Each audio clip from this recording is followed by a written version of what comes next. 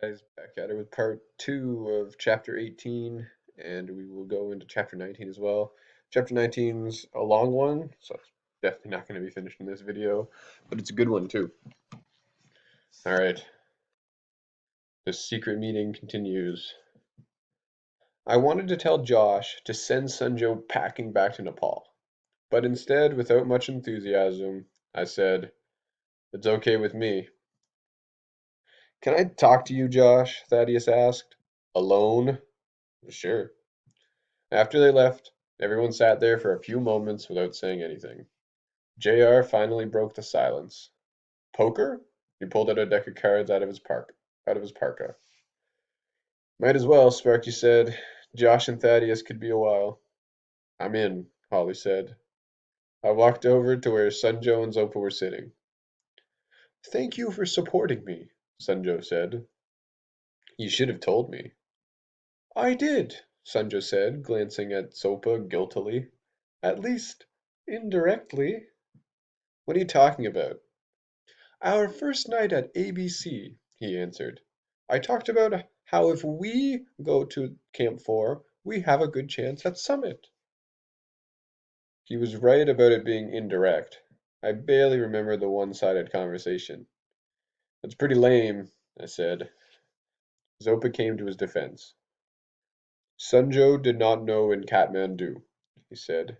"He thought I was taking him to become a Sherpa. It wasn't until we were here, on our way to ABC, that I told him about the summit." So Josh and I weren't the only ones Zopa's been playing cagey with. I glanced over at the poker game, which was in full swing, with a pile of money in the center of the table. They were lucky Zopa wasn't playing. "I'm going over to the mess tent for some tea," Zopa said. I waited until he was out of the tent, then asked Sunjo why he hadn't told me that Zopa was his grandfather. "Zopa thought it best that we keep that to ourselves," he answered.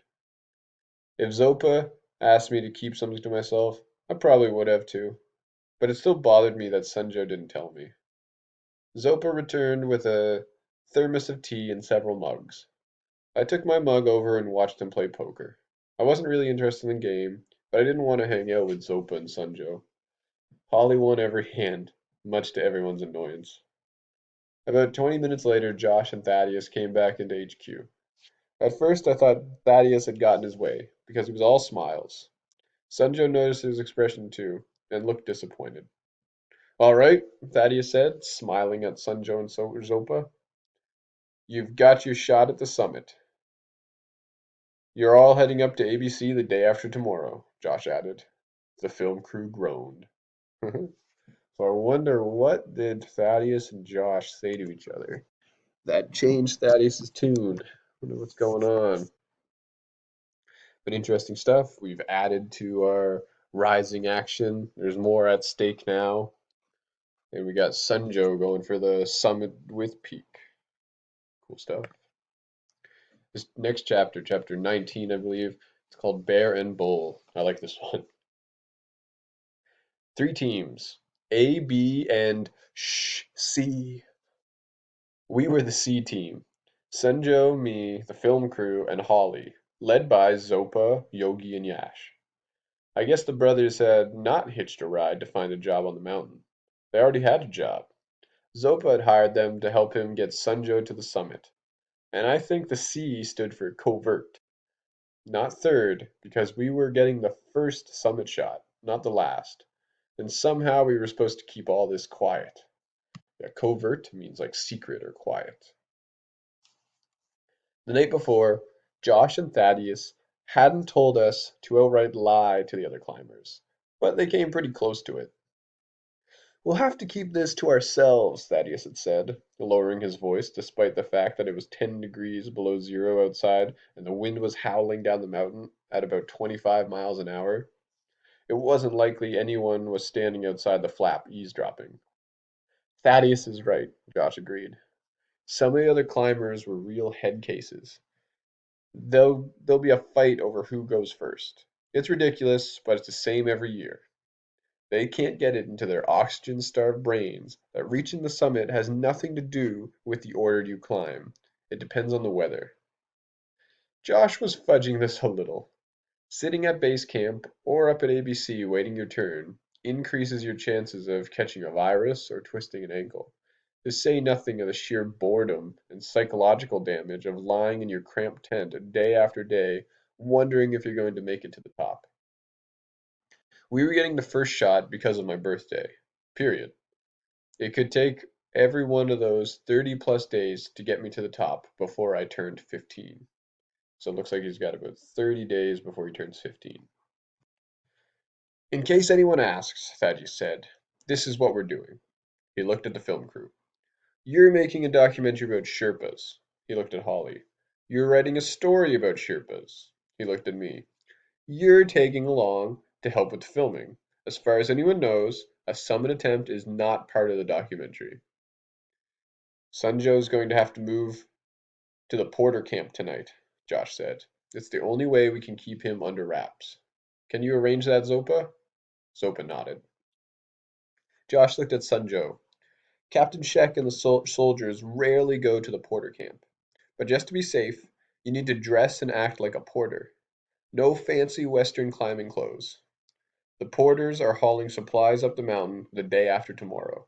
You'll go with them then. When you get to the intermediate camp, out of sight of the Chinese, you can change into your climbing gear. When you come back down, you'll need to change your clothes and stick with the porters. If Shek catches you, you're toast. Toast? Sunjo asked. You'll be chipping boulders into gravel, I explained. Oh! A look of dread crossed Sunjo's usually calm and cheerful face. So, Josh continued, Zopa will lead the C team.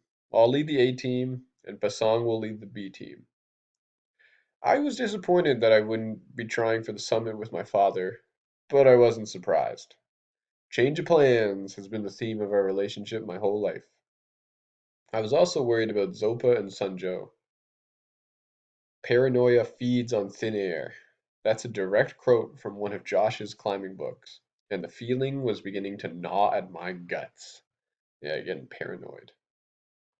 With Sunjo in the mix, it seemed to me that he and Zopa had everything to gain if I didn't make it to the summit.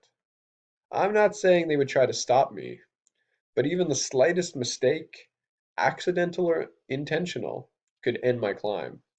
And no one would be the wiser. Bad things happen on the mountain. It's part of every climb. And when something goes wrong, it's usually blamed on bad equipment, bad weather, bad luck. Rarely on the climbers themselves. Any questions? Josh asked. I had a couple dozen questions, like, if Zopa could get forged papers good enough to get Sunjo over the friendship bridge, why should we trust his tattered birth certificate? He could be 6 months younger than me for all we knew. Zopa knew exactly when my birthday was. He was there when Mom radioed Josh on Annapurna. Was Josh hedging his bets by sending Sunjo up with me? If I didn't make it, Josh's company would still receive the credit for getting the youngest climber to the top of Mount Everest? Sunjo was on his climbing permit. Did it really matter to Josh which one of us made it to the top? But I didn't ask questions or even make a comment. I was so confused and mad, I didn't trust myself to open my mouth. It's a pretty wise of Peak, actually. There's no way we'll be able to keep this a secret from the other climbers, JR said. There's only one final approach to the summit, and we'll all be taking it, single file like ants. Josh gave him a grin. No worries. Once the A and B team get to Camp 4, the only thing they'll be thinking about is where the next breath is coming from. What about when you get back to base camp? JR asked. If they get to the summit, they won't care who made it to the top and who didn't, Josh answered. The important thing is to give them a good chance. Your team will be 4 or 5 days ahead of A and B. When you get above Camp 4, be careful what you say on the radio. One slip of the tongue, and everyone on this side of the mountain will know what we're up to. When you pass us on your way down, don't say anything about the summit. We'll sort it out later. The other climbers are done with their second trip to ABC, JR persisted. They're at least a week ahead of us in terms of acclimatization. He was right. The third trip to ABC was when you usually tried for the summit. We were a trip behind Josh's other climbers. If the weather breaks our way, we'll try to get them to the top sooner, Josh said. If not, we'll have to wait it out at base camp along with everyone else. We can't all head to the top at the same time. There isn't enough room. Which meant the other climbers could be sitting at base camp for another 6 weeks before getting their shot at the summit. And I knew that would not sit well with them. I had a lousy night, lying in my sleeping bag, thinking of all the ways Zopa and Sunjo could sabotage my summit try if they wanted to. It was a depressingly long list. Late the next morning, when I finally poked my head out of the tent, a light snow was falling. I got dressed and went over to the mess tent, where I found Zopa and the film crew talking quietly about the shift in the documentary. Or were they talking about me until they saw me walk up? Josh was sure right about the thin air paranoia thing. Are you sick again? Zopa asked. Don't you wish, I thought, but I told him that I'd never felt better in my life. He didn't look like he believed me. I dished up a bowl of oatmeal and took a seat at the table next to them. We had the tent to ourselves except for the cook cleaning up after the breakfast rush. As soon as you finish eating, JR said, I'll show you how to use the camera. Why? Because there's a decent chance that Jack, Will, and I won't make it to the summit. Someone has to get it on film. They were all strong climbers. It hadn't occurred to me that they might not make it to the top. Well, we'll try, Jack said, but you never know. This is my third trip to Everest, JR said. The closest I've gotten was just above Camp 6. The weather turned us back, and that was it. I'll give you one of our mini cameras. He looked at his watch. We'll meet you and Zopa outside HQ in 15 minutes, then head over to the Porter camp to shoot some footage. They got up and left the tent. I looked at Zopa. Have you seen Josh? He took some of his team to the mountain to practice climb techniques. I must have looked a little annoyed because Zopa studied me for a few moments, then said, How do you feel about your father now that you have spent time with him? I haven't really spent much time with him, I answered, dodging the question.